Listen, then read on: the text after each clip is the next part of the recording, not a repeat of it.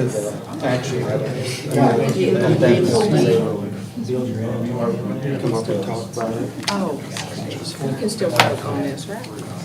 Would it make sense to form the board into the same? Oh, me? What the committee?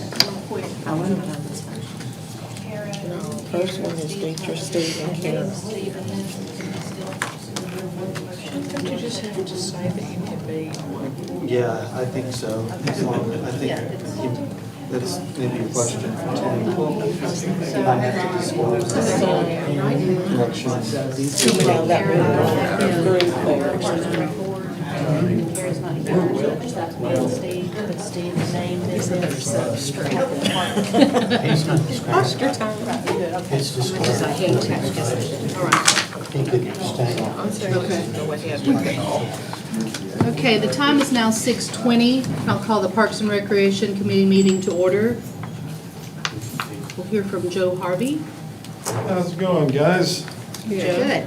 Good. Got just a couple of shows that we wanted to run by you and get permission to spend the money for. We'll start with the Sam Bush, world-renowned mandolist, pioneer in the new grass genre. We have arranged a deal with him. We're still waiting for full confirmation, but we wanted to go ahead and get approval for spending the money.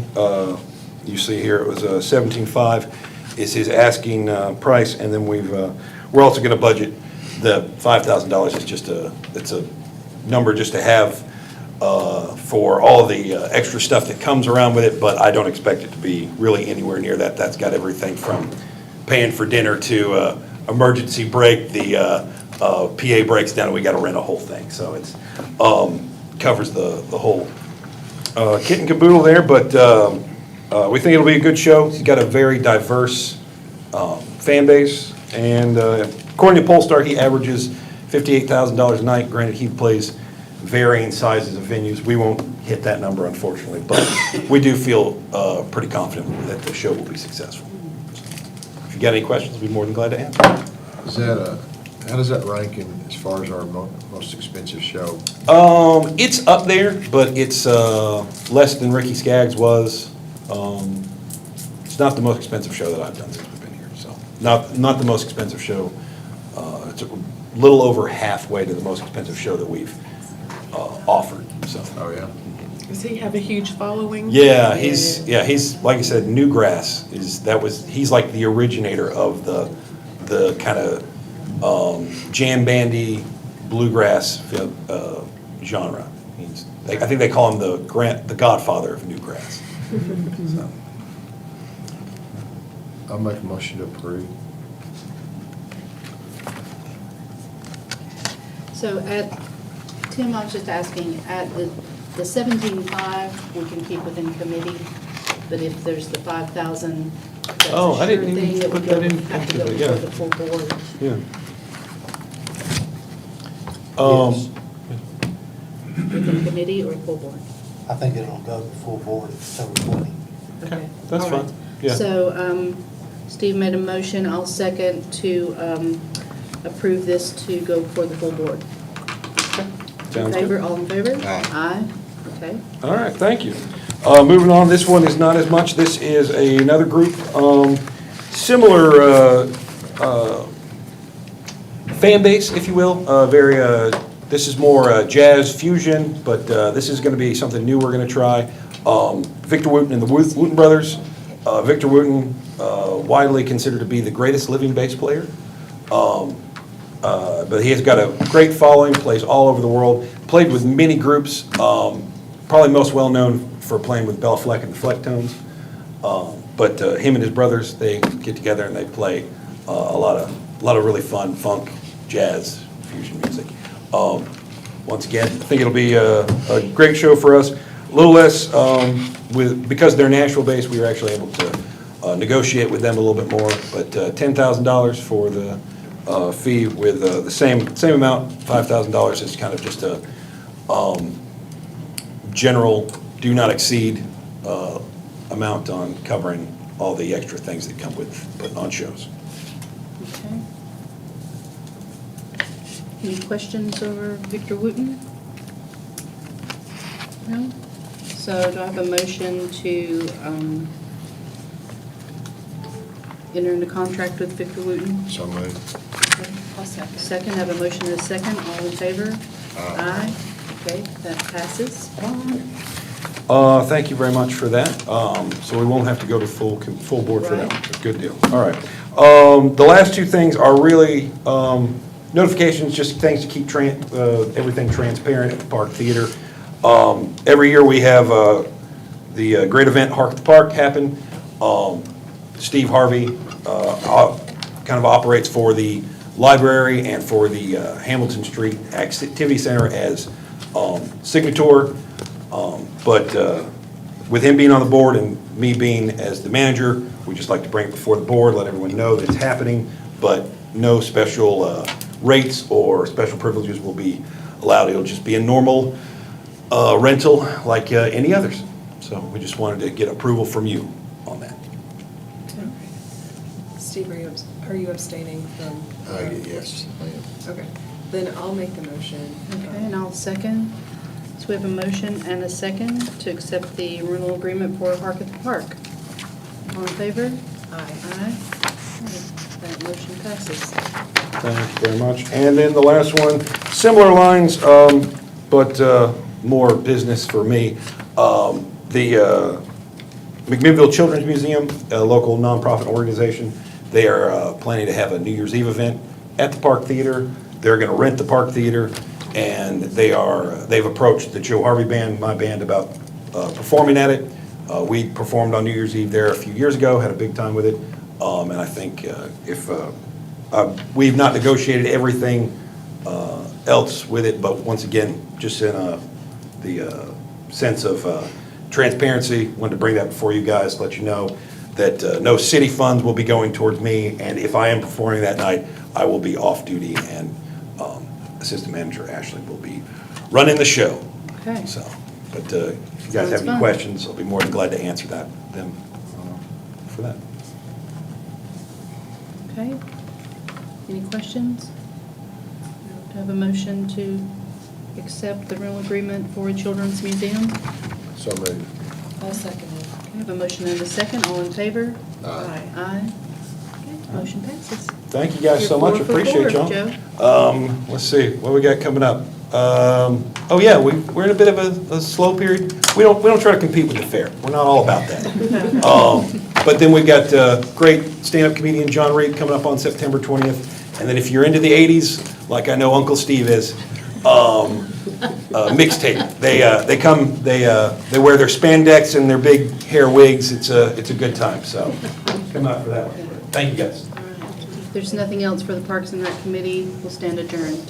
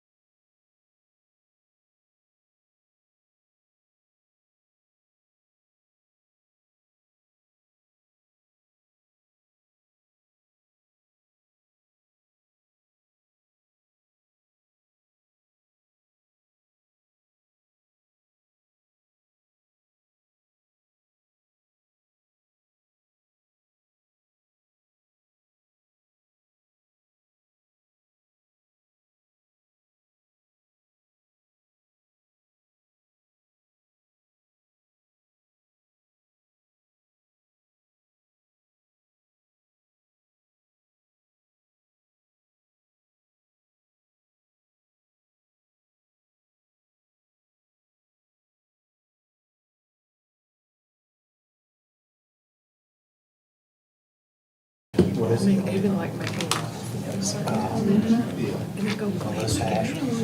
The time is now 6:30, and I'll call the Building and Grounds Committee to order. We have one item on the agenda. Sean is going to speak on that, please. Yeah, so what I am requesting is that I can apply to the International Code Council to become a preferred provider. This would be on behalf of the city. With it, we have to get continuing education for our ICC certifications and then with the state as well. If we become that preferred provider, I can get CEUs for teaching the classes, the inspectors can get free CEUs, and then include the fire department for their fire inspectors as well.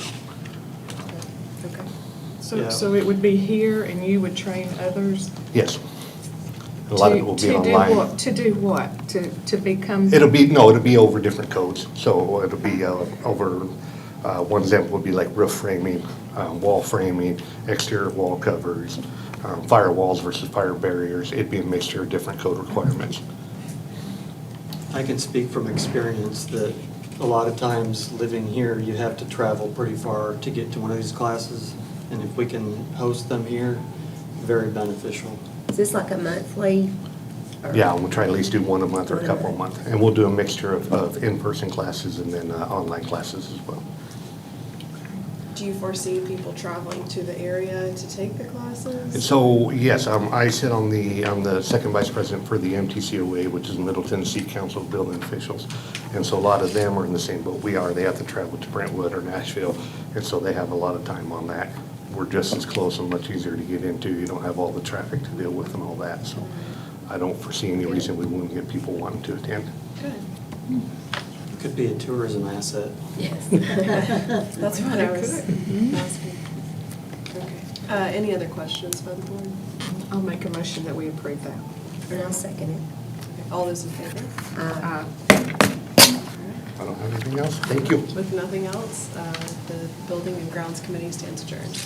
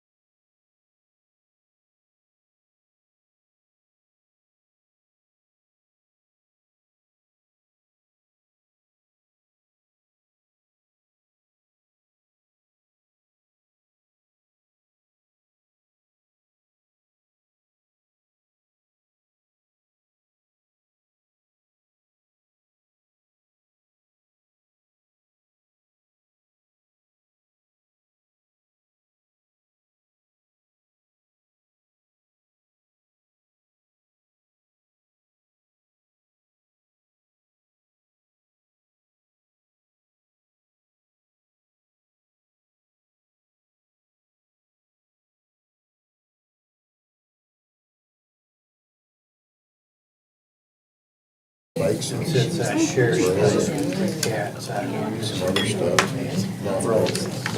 We have to. They've been fighting Bill Locks. It's 6:40. We'll call the safety committee meeting to order. Gonna be declaring a RAM for surplus property. Yes, this was the old truck one that we recently replaced with the F-550. We've been running it since July, so we're no longer using this vehicle. Just like to surplus it. It's really not fit for service, for emergency vehicles.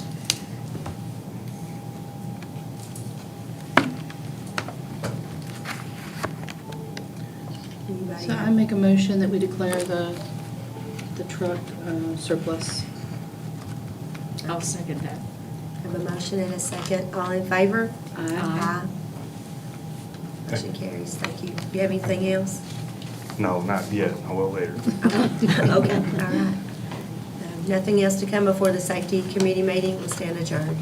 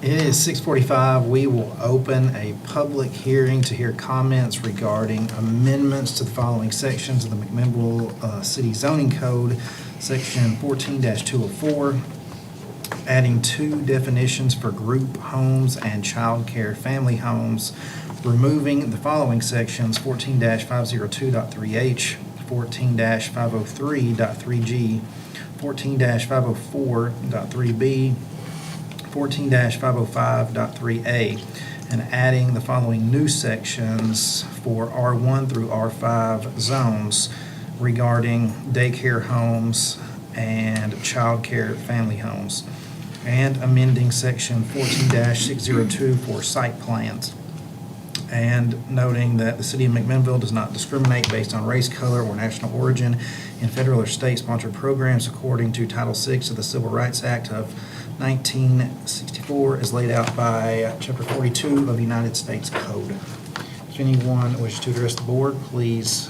approach the podium, state your name, for the record, and sign in.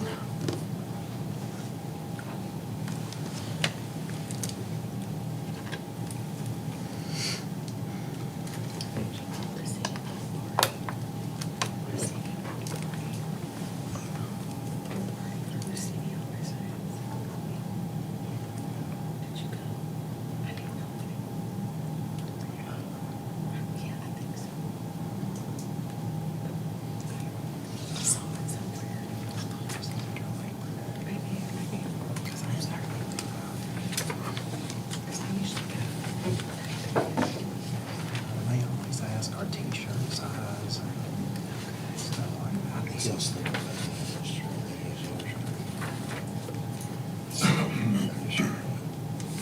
Maybe I'm wrong. Maybe I dreamed it. I don't know where I would have seen it. I feel like I saw something. Hearing no comments, we will consider this public hearing closed.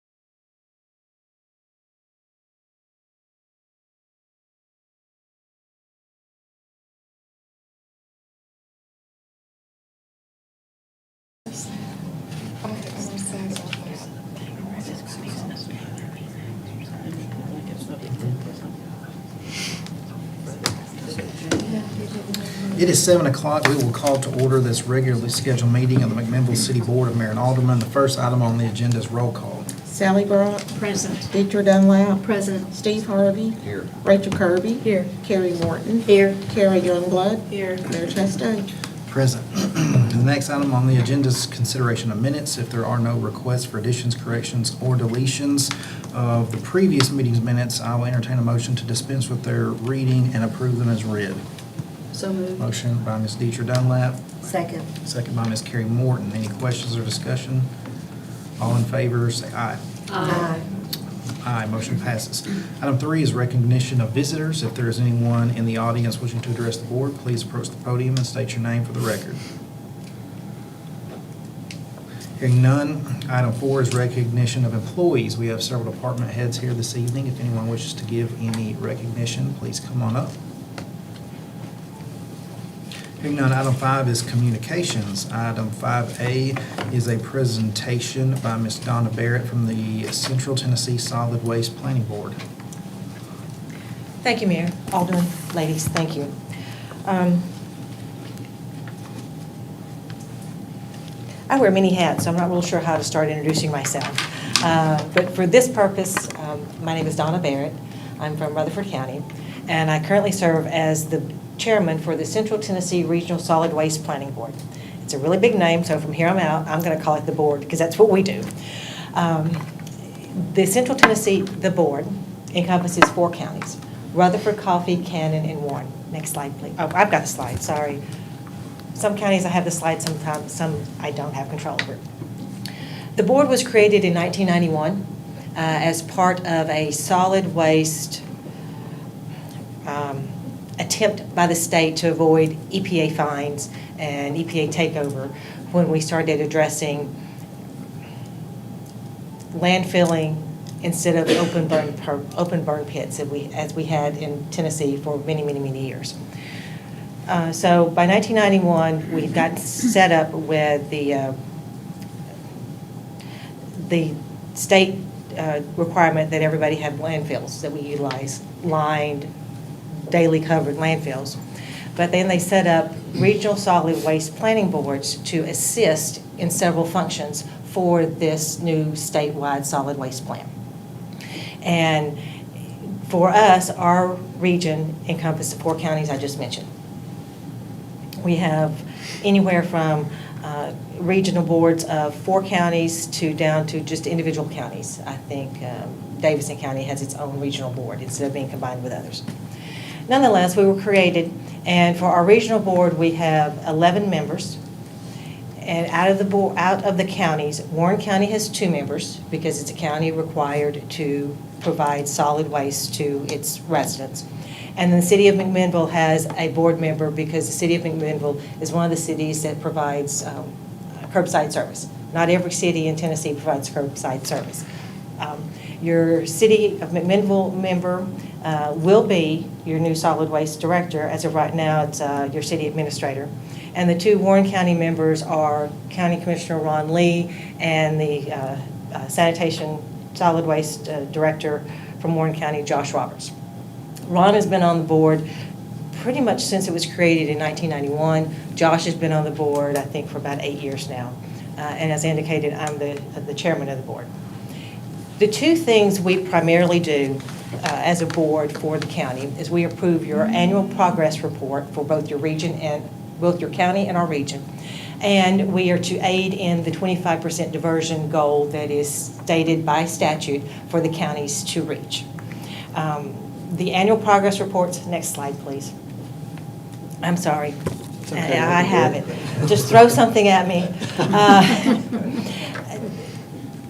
Your annual progress report is a combination of your convenience center's tonnage, and then any of your county industries such as Bridgestone that reports directly to Josh, and we have several of those.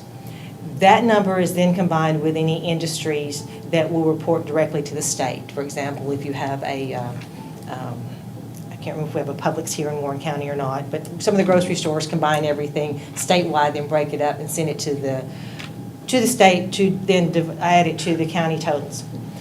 And as I mentioned, the state goal is a 25% diversion. I'm pleased to say that our board, our region, does meet that 25% diversion rate. Not every county always meets it, but with the four of us working together, we do meet that 25% diversion rate. Now, the drawback is by 2030, the feds want to change that diversion rate to 50%, and we're nowhere near ready for that yet. However, as the board began looking at what we could do to better fulfill our duties, as I indicated, we approve your annual progress report yearly. We also are supposed to aid in the diversion rate. And what we realized was missing after a discussion was the education aspect. We all grew up with recycling almost as a necessity. You took the scrap metal, you got money for that. We remember taking the bottles back to get those cleaned, and they'd come through the bottling company, and we'd see them all scratched up the next time we got something in them. Or we'd pick up aluminum cans because that would be our spending money. So for our generations, it kind of became habit. We learned it from our parents, from our grandparents, and it was just part of our more so of our day-to-day lives because we weren't a society then of convenience. You didn't have water bottles to throw away and TVs that were throwawayable. Now we have a convenience society.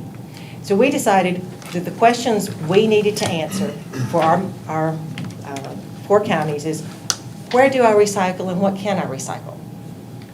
I've talked to so many people that have no idea where to take the scrap metal, that we even could in the various counties we're around. So we realized that what was missing first and foremost is the education aspect. So I'm pleased to say that from that discussion, the board went back to the state of Tennessee and said, look, we can fix this problem. Give us some funding. Let us work and do a pilot program with our 4 counties, and we will find a solution that will work here and that we can implement and show to other counties how to make it work. So the first aspect of that, the program is Recycle Right Tennessee, and the first aspect of that is a clearinghouse website called Recycle Right TN. I'm going to go ahead and pass these out as I change back. I don't want to go to the website just yet. Oh. Sorry. Warren County has, where am I? You have 13 convenience centers, and you're about ready to break ground. No, the RFP is being requested for a MRF or collection center at the sanitation department. And I think he expects that to be up and constructed within 18 months after RFP. So that'll be a great addition to what you can be able to do here in Warren County. But in addition to your convenience centers that collect various recyclables, either cardboard, 1s and 2s plastics, glass, and those are things that are truly recyclable. You actually we have regionally in the 4 counties, 120 private sector partners. And when I say private sector partners, that can be anywhere from a Kroger, a Publix, that has that as part of their sustainability program, where they offer the little stands out front for paper bags, for styrofoam, and for the fruit bags that we use. Or you'll have in Rutherford County, we have Clark Iron and Metal. So their whole industry is nothing but recycling products. Well, in Warren County, out of those 120 plus private sector partners, and we are constantly finding new ones, or helping develop new ones, 34 of those are located here in Warren County. So in addition to your 13 convenience centers, there's 34 more opportunities for your folks to recycle different products. Now we can go to the website. So in order to make that something easier for our constituents and voters to find, we created the first phase of our education process, which is recyclerightTN.com. You all have one of the cards. And it is a clearinghouse of all the ways and locations in your area where you can recycle. You're going to have to control that, or am I going to control that? I think you can. Maybe not. All right. There it goes. Let's click on Warren County. So each county has its own page. We made this very simple. Let's click on recycling locations. scroll down just a little to the blue, so I can see all of the blue. So this blue box here in the middle are all of the categories of items that have either a location at your convenience center or a private sector location here in Warren County that you can recycle. I'm going to, sorry, I'm too old to have glasses. Let's go to clothing, good condition. First column, bottom one down, I'm sorry. There we go. Yes. Some of these items, and in particularly this one, is all online. You will click on that, they'll send you a prepaid mailing label, and you mail everything back at no cost to the resident that's sending this in. One of them, I think it's ThreadUp, will actually pay the individual sending in the clothing something for the clothing, per pound, per piece, depending on what they get back in. But all these are ways to recycle clothing at no cost to the individual, and we have researched each and every entity that's on this list to make sure that it is a true end-user recycle. And for that example, one of the reasons I pulled the clothing, you won't see any of the local thrift stores on there. And that's not to take away from that.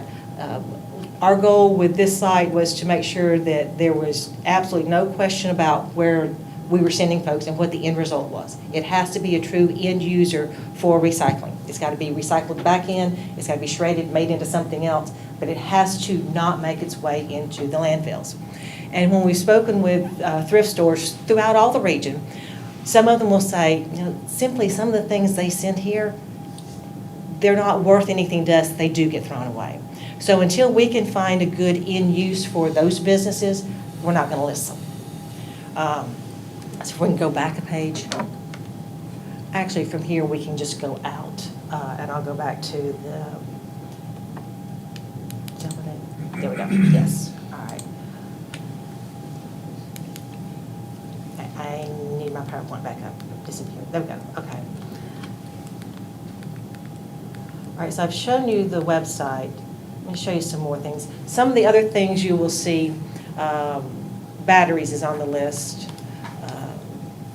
for use at Staples, if there's a Staples within the county. We won't list anything that doesn't have a physical location or is not usable for the residents. Because as you know, convenience centers don't take anything from residents outside the county. So we keep everything as county specific as we could. But in each one of the listings, Presentation mode. in each one of the listings, if there is more information available, and these were two of them. For example, this call to recycle here on the right, it shows the 3 different types of batteries that are available for recycling. The rechargeable batteries, and it goes down and tells you what it can get made, what it will get made into. Single-use batteries, what those end up being used as, and the cell phone batteries, if the cell phone can't be refurbished, then it does get broken down and goes into another item. Again, showing that absolutely everything has an end use to it, and it's not going to end up in your landfill. And again, as we add to these, we refresh it daily. This is an example for what we have with Publix and Kroger. Any additional information we have to provide on those links for your residents, we have that available. Keep that current and available on there. In addition to the website, we have a Facebook and we have an Instagram. On the Facebook, we provide information like this. We can get to a little more detail and grab everybody's attention. This is explaining what the 7 different types of plastic are, because not all 7 categories are recyclable. So here we identify the numbers and what you're looking at for those products. We are actively looking for end users. Right now, 1s and 2s recyclables are recyclable. 4s and 5s are not, but are not readily available, but we are looking to find more of those vendors to come in and service our counties to provide those as services to us as well. And in addition, on our Facebook, we promote other recycling opportunities. For any of you that have students at MTSU, or you have faculty from here that work at MTSU, they have a monthly MTSU Recycles Day. So we promote that and try to get that out to our families back here so they can urge the kids to recycle. So we help MTSU keep that going, and right now it's on a monthly basis that they do that. Again, it's only for students and for faculty. But if you're visiting in the dorm room, I'm sure any of that trash can be taken as well. And then we support any local roundups. This is something we're doing with the Tennessee Environmental Council. And it's for the hard-to-recycle items that your convenience center is not going to have. Things like the blocks of styrofoam that comes in some packagings and things. This group will come into counties and have a one-day recycle roundup. We just conducted one in Murfreesboro 2 Saturdays ago. We were there from 9 a.m. to 1, and yes, I was out there helping round up everybody. And in that 4-hour time period, we collected 54,000 pounds of recyclables that did not go to the convenience centers. I mean, it did not go to the landfill. And everybody that we have accepting those is a true end user that we know of, and we work with them to keep that out. This group, as a side note, the regional board helped fund this year because their federal grants were in question earlier in the year. And I said, fine, I'll help raise some money, we'll make this happen. I wanted it back in Rutherford County. So I found the board committed to a financial contribution to it, but mine came with strings. I said, I will only do this and have it in Rutherford County if I can bring a recycling roundup event to each one of my other counties. So now that we've completed the Rutherford County event, we will now be working to bring one to Warren County, to Coffee County, and to Cannon County.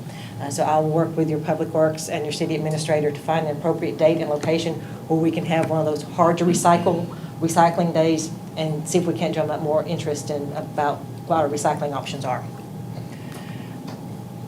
And I'm going to pause on that. Any questions that your board may, I will say, before I go to that, this is at no cost to your city or county. Our board has funded it. It's part of what we do. What we ask is 2 things. Promote it in your city, county departments, websites, any of the media things that you have, and help us get the word out about that. This is not going to be the end of what this program is. This is just phase 1. We had to start with education. You've got education, then we'll need to look and see, are we getting all the grant funding and monies that are out there to help us recycle? Do we have the right businesses here in Warren County or in Tennessee that we need to make it easier to recycle instead of having the cost of transporting it to Alabama or Kentucky or wherever we have those businesses at right now? I'd like to bring those entities here and have them here in Tennessee so we can provide even more services. And then I've spoken with Josh and indicated the one thing I do need for those next phases so we can improve in all other areas as well is a traffic count at each one of the convenience centers for 1 week, just to give me a good count of what's coming through there. We can see what percentage of your population is utilizing it. We can judge what we're servicing, what we're not, and how we can increase. So it'll be helpful in other phases that are yet to be fleshed out. And then the second phase of Recycle Right TN will be a business clearinghouse. The entities that are available to take items from businesses are different than those that will take them from residents. Just a different business model. So we will start building that out as well. This one took us about 45 days to get up and running. The business side will take a little longer, but that'll be the next phase that comes along. And again, this is something the board has funded with help from the state. It will be no cost at any point in time for this entity, for your entities to utilize and promote and make available to the residents. Now I'll hush. We can definitely promote this through website, social media, etc. Wonderful. There is a contact page on the website that comes directly to me or to my assistant, and she'll forward anything we need. So that's the best way to reach us with questions regarding this. And if you need anything more, the city administrator has my contact information, and we can work on things outside of the client-facing aspect of this website. What's the version, the difference between, is it the same as recycling? The same. Okay. Diversion probably would go through a couple of more steps, meaning it might not get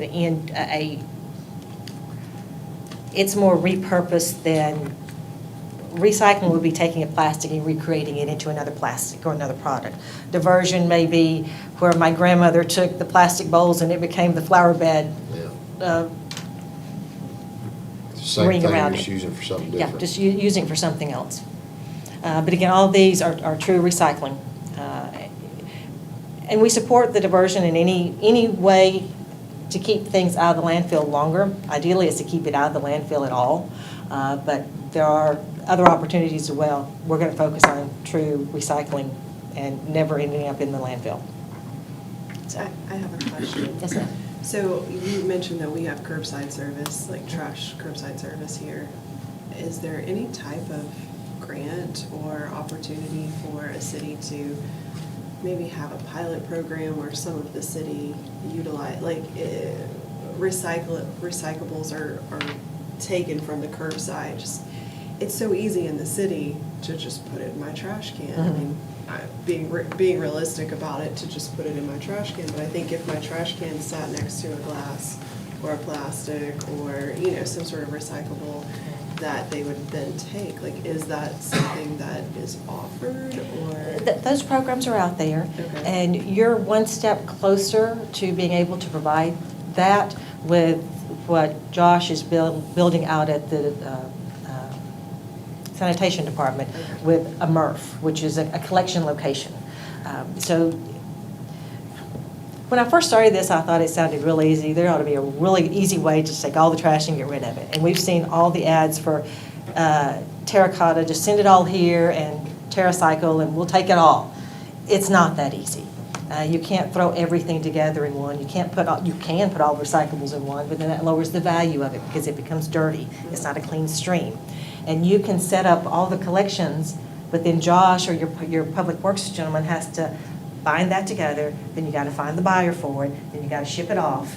And then the recyclables they have a secondary market index. It's a stock market for their products, and it's like dealing with futures. The price changes on a daily basis. So there are a lot of moving parts with it.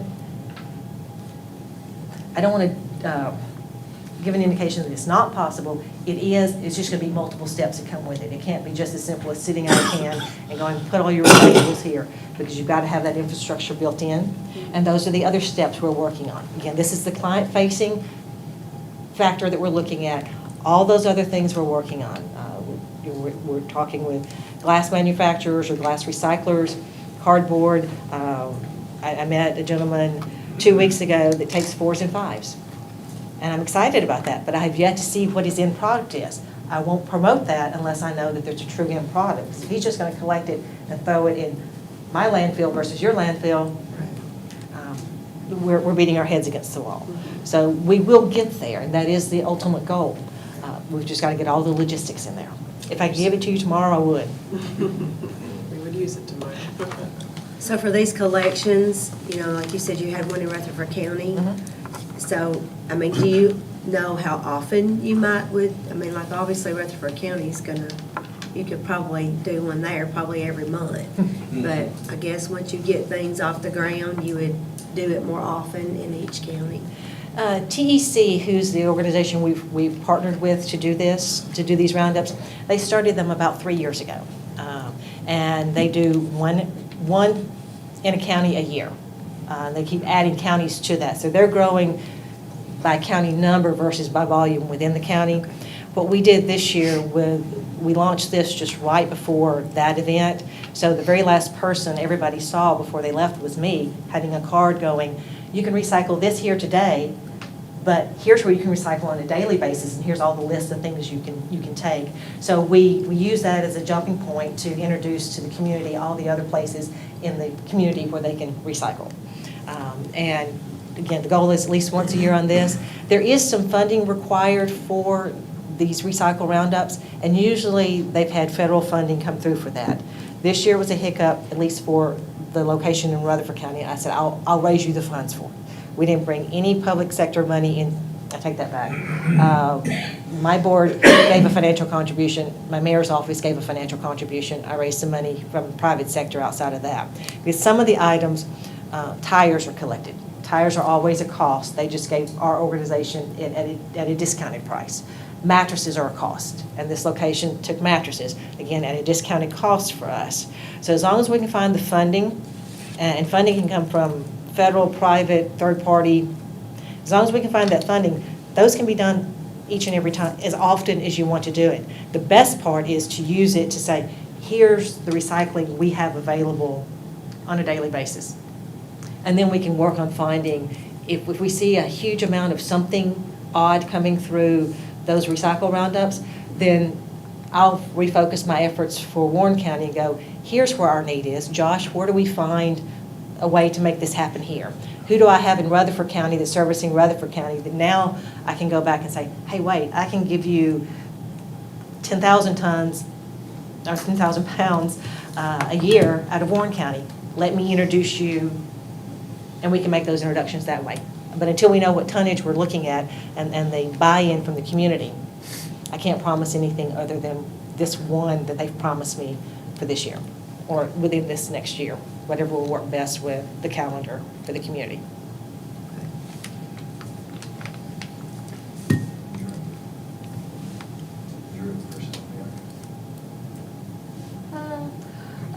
Could.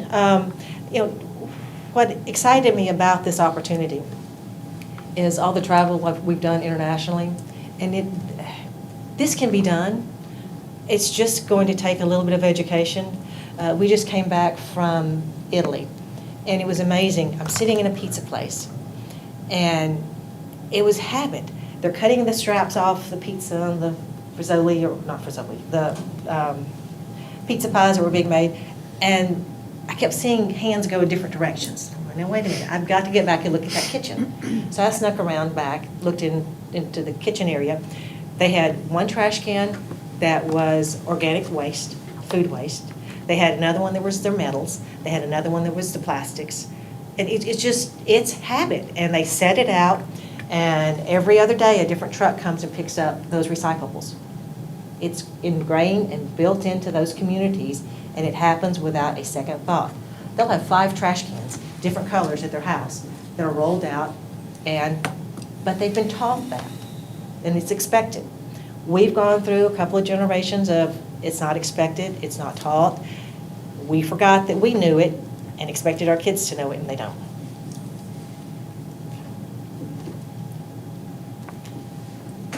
Thank you. I appreciate your time and attention, and I'm available for contact anytime you need me. Thank you so much for coming. Thank you. Item 6 is petitions. There are none. Item 7 is unfinished business. Does any member of the board have any unfinished business this evening? Hearing none, item 8 is new business. Item 8A is a reappointment of Lester Cowell and Freddie Hoover to the McMinnville Beer Board. These two have served for a while on this board and are vital members that bring a lot of knowledge and insight.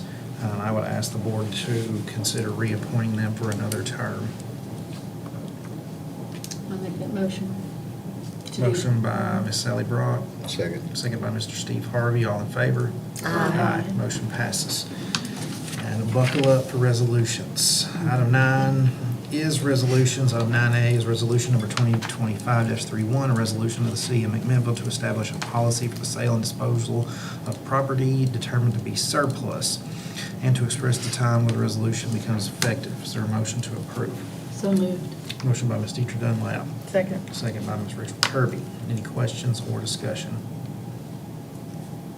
Hearing none, we'll call for the vote. Sally Brock? Yes. Deidre Dunlap? Aye. Steve Harvey? Yes. Rachel Kirby? Yes. Carrie Morton? Yes. Carrie Youngblood? Yes. Mayor Chastain? Aye, motion passes. Item 9B is resolution number 2025-32, resolution of the City of McMinnville to amend the charitable donation policy previously adopted by resolution number 2025-11 on March 11, 2025, and to express the time when the resolution becomes effective. Is there a motion to approve? So moved. Motion by Ms. Sally Brock, Second. second by Ms. Carrie Morton. Any questions or discussion? Hearing none, we'll call for the vote. Sally Brock? Yes. Deidre Dunlap? Aye. Steve Harvey? Yes. Rachel Kirby? Yes. Carrie Morton? Yes. Carrie Youngblood? Yes. Mayor Chastain? Aye, motion passes. Item 9C is resolution number 2025-33, a resolution of the City of McMinnville to declare public works equipment as surplus to be sold on govdeals.com and to set an effective date for this resolution. Is there a motion to approve? So moved. Motion by Ms. Carrie Morton, a Second. second by Ms. Rachel Kirby. Any questions or discussion? Hearing none, we'll call for the vote. Sally Brock? Yes. Deidre Dunlap? Aye. Steve Harvey? Yes. Rachel Kirby? Yes. Carrie Morton? Yes. Carrie Youngblood? Yes. Mayor Chastain? Aye, motion passes.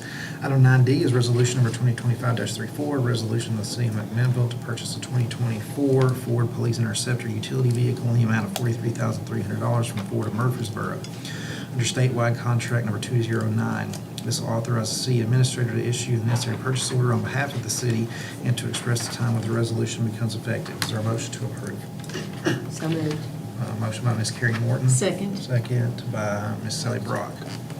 Any questions or discussion?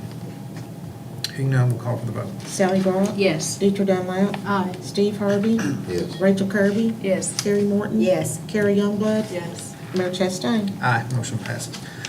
Item 9E is resolution number 2025-35, a resolution of the City of McMinnville to purchase 4 sets of night vision optical equipment devices for the amount of $23,167 for the City of McMinnville Police Department.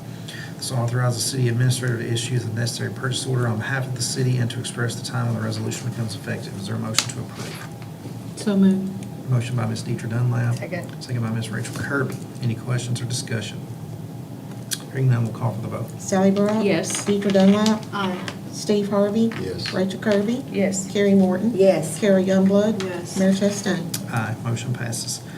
Item 9F is resolution number 2025-36, a resolution of the City of McMinnville to declare 2002 Nissan Maxima with the listed VIN number of the City of McMinnville Police Department as surplus to be sold on GovDeals and to express the time of the resolution will become effective. Is there a motion to approve? So moved. Motion by Ms. Carrie Morton, Second. second by Ms. Deidre Dunlap. Any questions or discussion? Hearing none, we'll call for the vote. Sally Brock? Yes. Deidre Dunlap? Aye. Steve Harvey? Yes. Rachel Kirby? Yes. Carrie Morton? Yes. Carrie Youngblood? Yes. Mayor Chastain? Aye, motion passes. Item 9G is resolution number 2025-37, a resolution of the City of McMinnville to purchase a 2025 F-250 4x2 SD regular cab truck in the amount of $43,340. This will authorize the city administrator to issue a necessary purchase order on behalf of the city and to express the time that the resolution becomes effective. Is there a motion to approve? So moved. Second. Second by Ms. Rachel Kirby. Parks and Rec. Yeah, I was gonna ask what department that was for. Okay. Yeah, we'll let the resolution reflect that that is for the Parks and Rec Department. So we have a motion and a second. Any questions or discussion?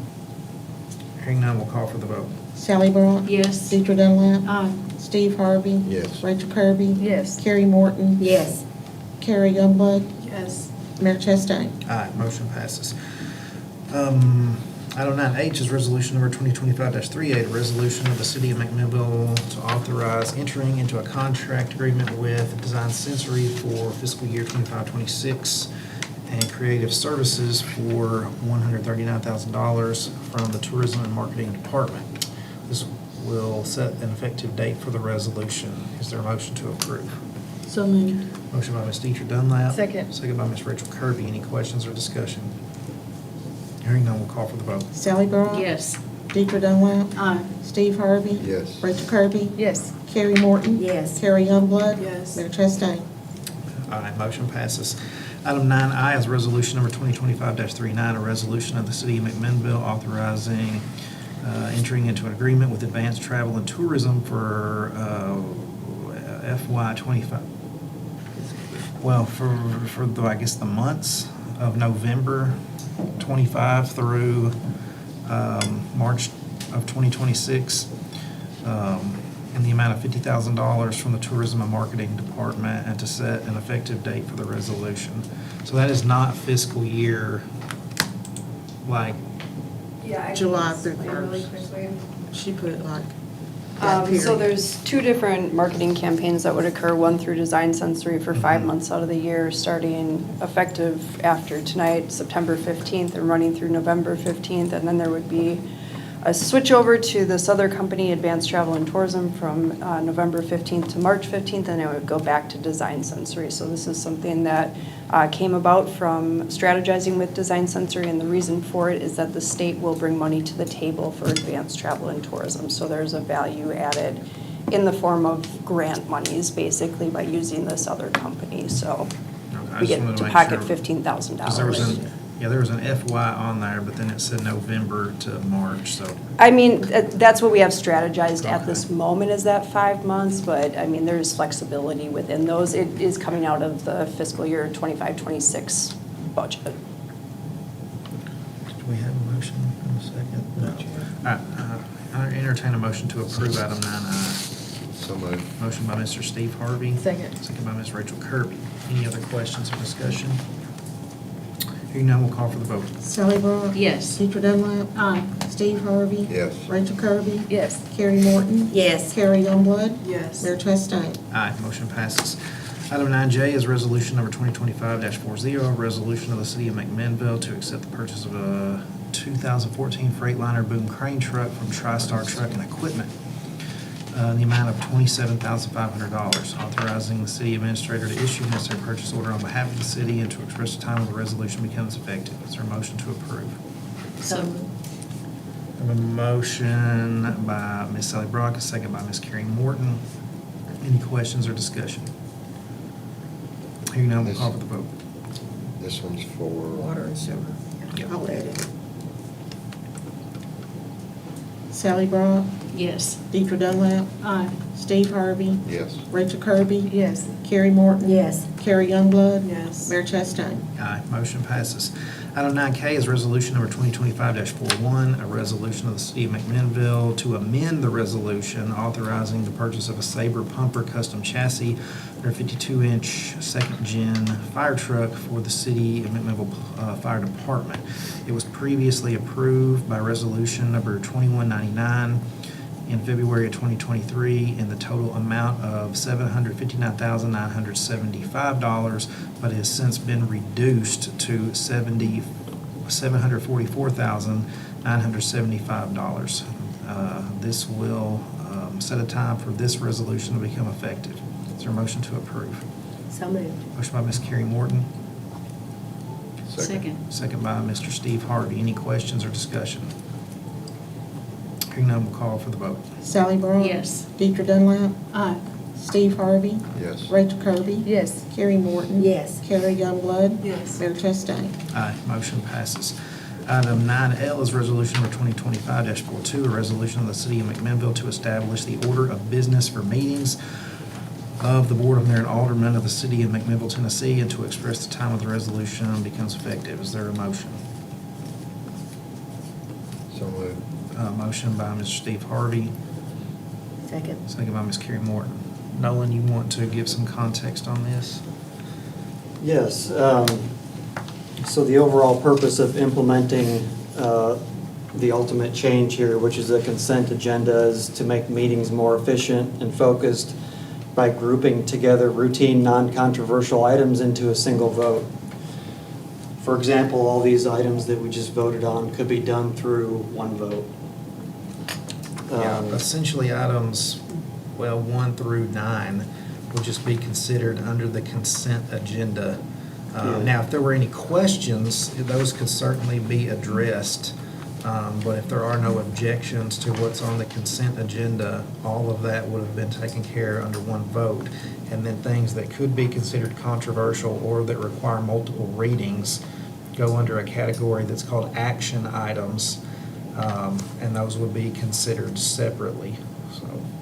That's right. So if you have one item on this list that you all know you want to talk more about, you just request that that be moved down to further discussion, and then you vote, and everything else on that list is approved.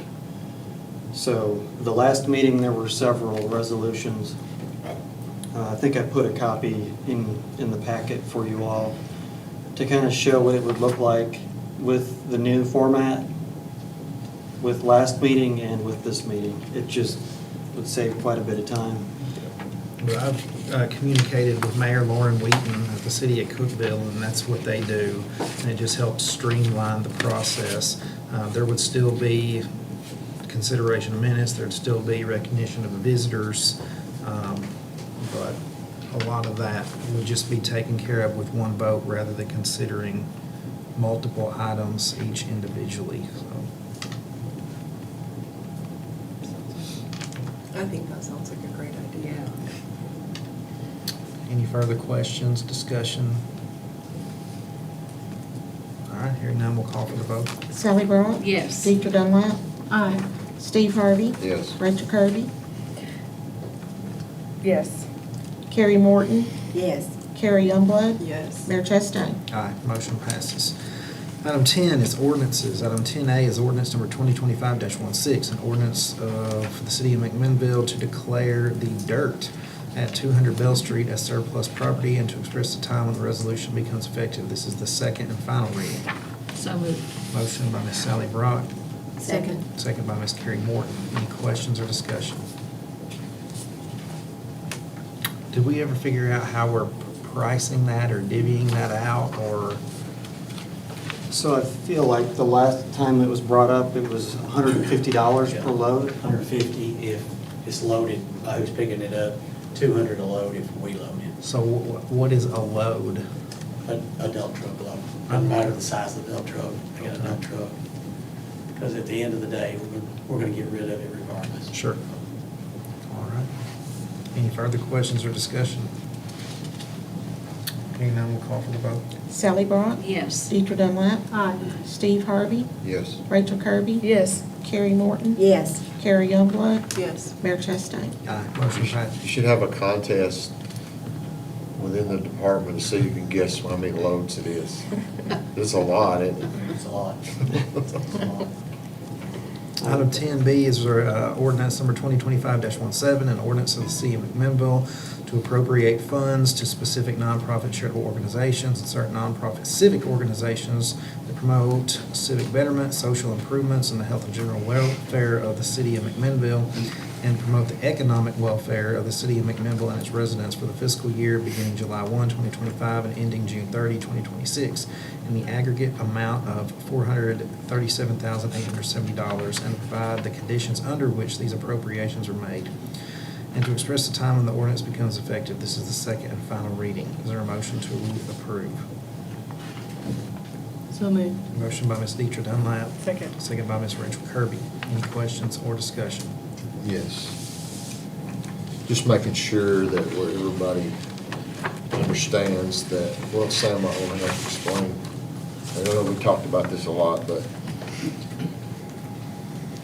the part about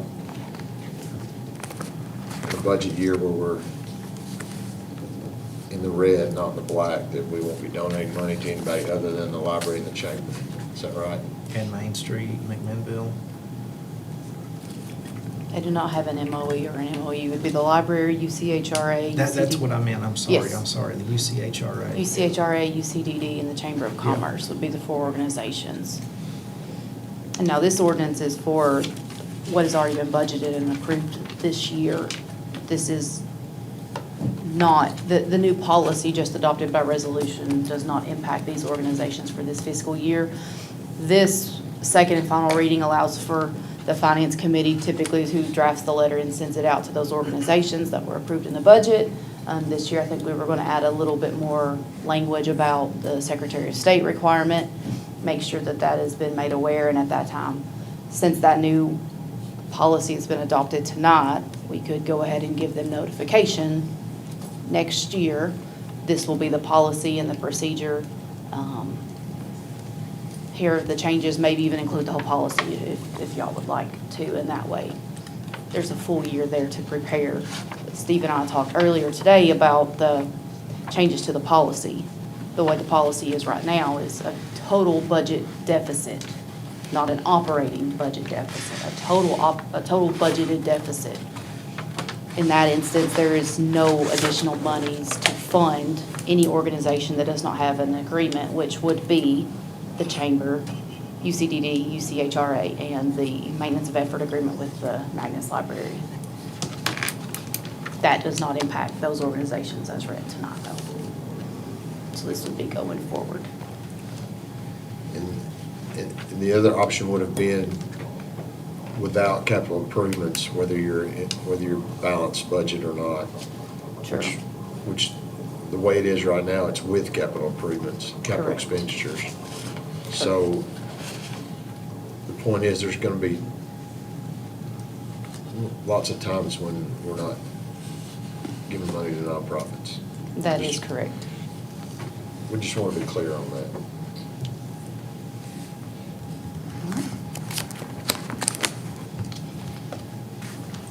Any further questions or discussion? Hearing none, we'll call for the vote. Sally Brock? Yes. Deidre Dunlap? Aye. Steve Harvey? Yes. Rachel Kirby? Yes. Carrie Morton? Yes. Carrie Youngblood? Yes. Mayor Chastain? Aye, motion passes.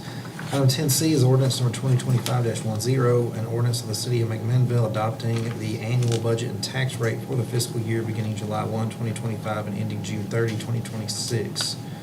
This is the first reading. Need a motion to approve.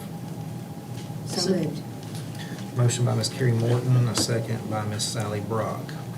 Quick rundown of what's going on. We're not amending the budget, or we revised the budget. The comptroller sent a letter, and there was a water and sewer is an enterprise fund. They budget on a different basis than the general fund and all of the other funds within the city. There's a specialized worksheet.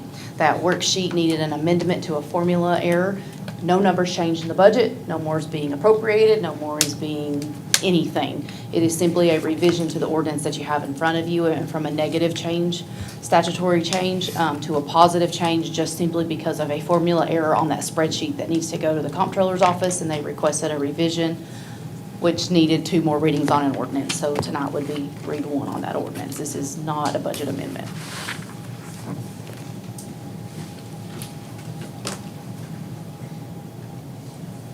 Any questions or discussion? Hearing none, we'll call for the vote. Sally Brock? Yes. Deidre Dunlap? Aye. Steve Harvey? Yes. Rachel Kirby? Yes. Carrie Morton? Yes. Carrie Youngblood? Yes. Mayor Chastain? Aye, motion passes. Item 11 is departmental reports. If anyone wishes to give any update, come on up. Real quick update on the water treatment plant. Perimeter footings poured, 200-plus yards of concrete. In the weeks coming, they'll be building the forms for the walls, the center troughs, the columns. They're already up. It's starting to look like something now, so if you want to come by and take a look, you're welcome anytime. Thank you.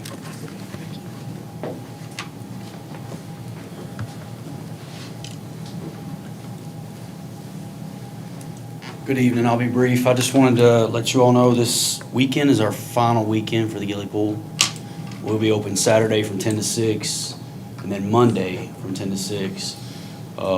It's been a great season. We've had a safe season.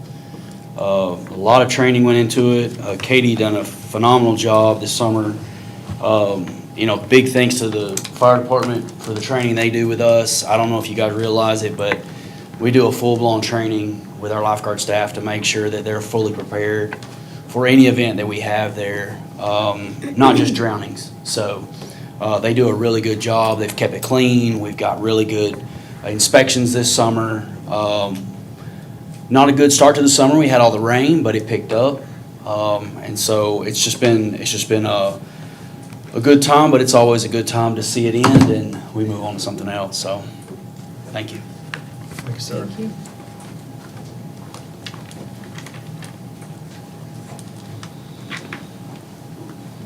I'm gonna give a quick update on the new fire truck. It was already supposed to be in Nashville to get lettered and do a pre-delivery inspection. It's been delayed. They had a lot of flaws in the paint, so it went back to the paint department. We're hoping it'll be there next week in Nashville. Be here shortly after, maybe a couple days, but when we do, I'll be sure it'll be sitting outside. You guys will get to see it. Can we take another 15,000 off that for that reason? Yeah. Maybe. At this point, right. But, so we're still excited. I mean, we're ready for it too, so. Thank you.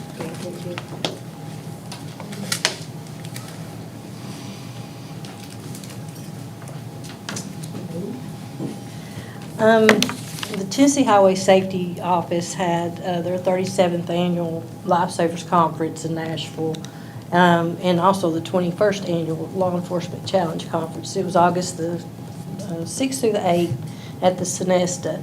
And while there, our officer, Master Patrol Officer Mark Marr received the Technician of the Year 2025 Award for child safety seats. And we have a great coalition here. We're partnering with the fire department and sheriff's department and EMS and do those installs and stuff. So we're really proud of how well they work together. Mark did a great job, got his award.